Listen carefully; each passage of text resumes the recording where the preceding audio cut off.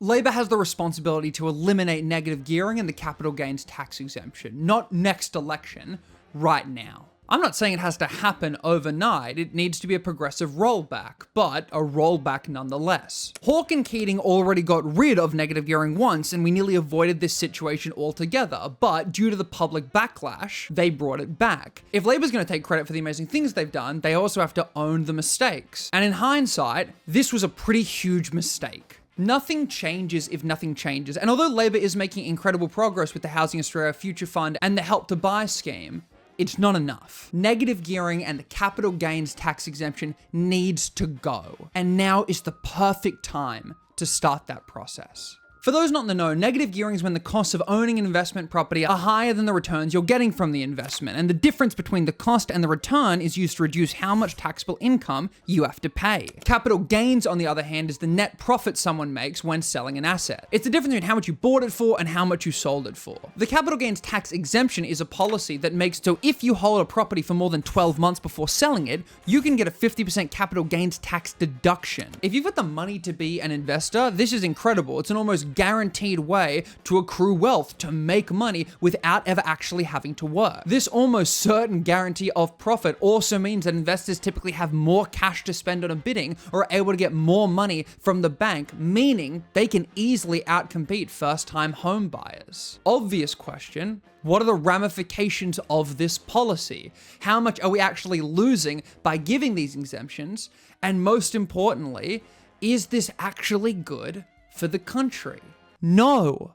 No, it is not. Negative gearing only really serves to make the wealthy wealthier. These tax expenditures cost vastly more than our federal spending on housing and community amenities, and that's the case even if you include transfers to the states and territories and Commonwealth rent assistance. More than 90% of the gains from economic growth went to the top 10% of income earners, with that top 10% getting most of their income from profits, compared to the average Australian who gets their income from wages. Over the next decade, we're going to roughly spend $165 billion on policies that really only serve to enrich property investors. Morally, I think the argument speaks for itself that there's something wrong about spending hundreds of billions of dollars to enrich property investors when there are individuals in this country who can't afford their current mortgages or can't even get secure housing. Now, not everyone who negatively gears is this investment mogul. I am aware that around 71% of people only own one investment property, but around 10% do own more than 3. Some may disagree, but I don't think it's inherently wrong for housing to be commodified. I just don't believe that. I am a supporter of capitalism, and at the same time, I think it's especially fine to own an investment property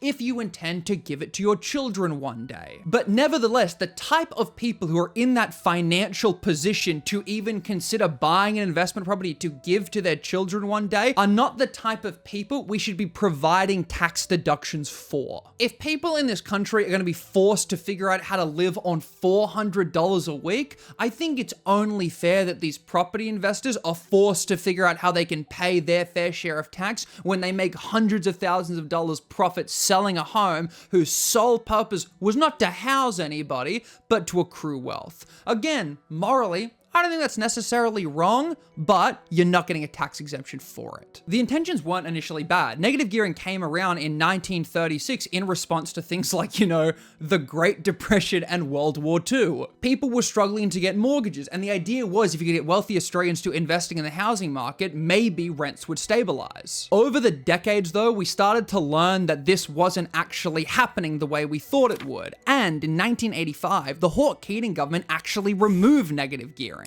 Although this was unfortunately walked back, that same year we did also get the capital gains tax. Keating argued that all negative gearing did was allow high-income earners to run interest costs against their income, swapping flats on Bondi Beach, which were built 40 years ago. It was not adding to the stock of housing or rental accommodation, it didn't help renters or families who needed it, and this competition for the purchase of residential property between these investors was reflected in increased prices to the detriment of ordinary home buyers. With all visionary change, there was going to be detractors. There was intense backlash to the policy being removed, and at the same time, there was an increase in rents and a sharp decline in housing supply. People thought, well, 1 + 1 must equal 2, and they put the blame on negative gearing. Ultimately, due to the backlash, in 1987, Hawke and Keating reinstated negative gearing. The thing is, though, they made a pretty huge assumption assuming the equation was 1 + 1. And when we look into this time period, it doesn't actually seem to be the case that that increase in rents and shortage of housing supply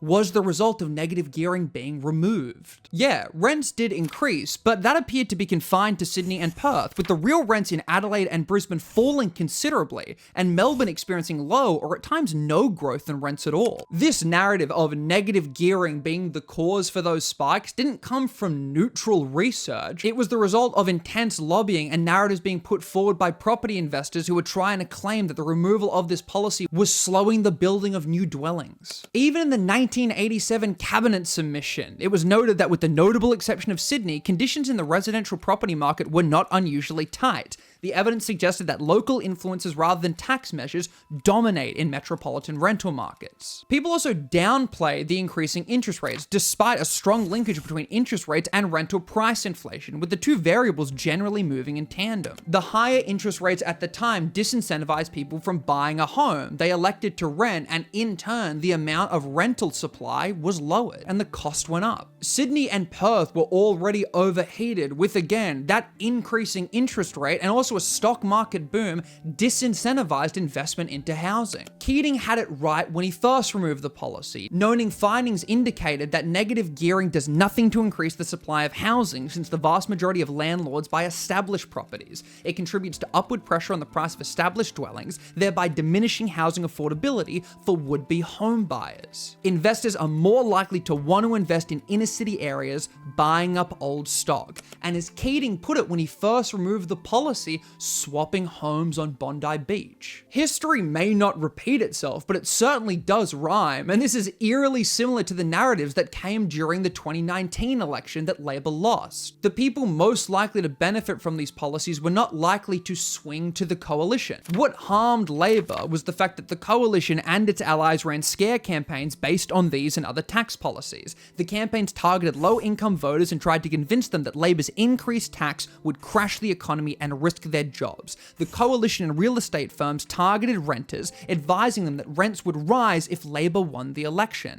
Sounds similar to anything? We've been here before. Even if I take the strongest argument for negative gearing, that despite the evidence, by allowing investors to negatively gear their property, it incentivizes investment in the market and the number of dwellings increases and overall rents should come down, you need to explain to me how it wouldn't just be better to spend that $165 billion on building more homes directly. If you support the capital gains tax exemption, you need to explain to me how, despite counter evidence, it doesn't just incentivize property investors to hoard property and hold it for as long as they can, irrelevant of whether or not someone is actually renting the property, because they know the price of housing is just going to keep increasing, and they're going to get a 50% deduction on the profit the moment they sell, as long as they hold it for 12 months. New Zealand got rid of negative gearing, and it worked. Everything was fine. We aren't the same country, but we're definitely pretty similar. And again, you have to explain to me how any of this actually makes sense. How is this helping the rental market? Explain it to me. It's just our version of trickle-down economics, but somehow worse. Labor has a mandate to lead this country,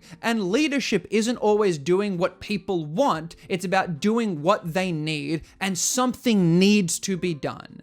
Nothing changes if nothing changes, and now is the perfect opportunity to finally do something. Someone is always going to have to cop the hit. A party is always going to have to fight against the narratives and be initially unpopular. Honestly, I don't think any of us are going to be able to avoid the hit because of how dependent the Australian economy is on the housing market. But at the same time, something needs to be done, and I don't want to be having this same debate by the time my children are looking to buy a home, and someone can just outbid them knowing they can negatively gear the investment property and cash into the tax deduction at the end of the day. Labor could get this through the House and the Senate. This is definitely something the Greens would back, and unless the Liberals or the newly formed coalition somehow manages to absolutely decimate the House and the Senate in future elections, the Greens and Labor could serve as a barrier, ensuring this doesn't happen again. They could be this iron wall that stops negative gearing or the capital gains tax exemption becoming a policy in the future if they removed it now. 165 billion.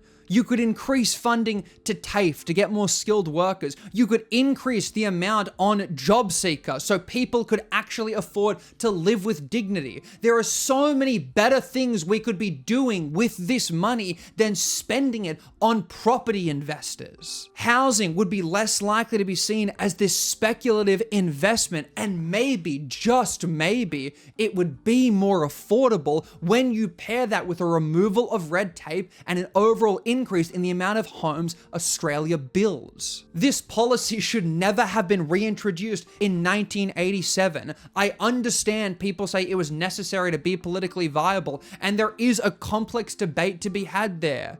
But at the same time, it's a cop-out to say they shouldn't do it just because there might be issues electorally. This is the party that overcame the HAF. They got through the Help to Buy scheme. They supported AUKUS despite people still being against them. They changed the stage 3 tax cuts despite the fact that they promised us they wouldn't, and that was the right thing to do. Labor has been able to weather those storms, and I refuse to believe that a party as successful as them is scared or incapable of dealing with the backlash when it is guaranteed to help us and potentially save us in the future. This is the party of Medicare and super and unions. They are a party who get stuff done. Why won't they get this done now? They have the mandate. They can make it happen, and it will be better for everyone if they do. They've got the numbers. Use them. But hey, maybe you think I'm wrong. Who knows? Come join the Discord, come talk about it, come say hi, come let me know what you think in the comments, like and subscribe. It's been real.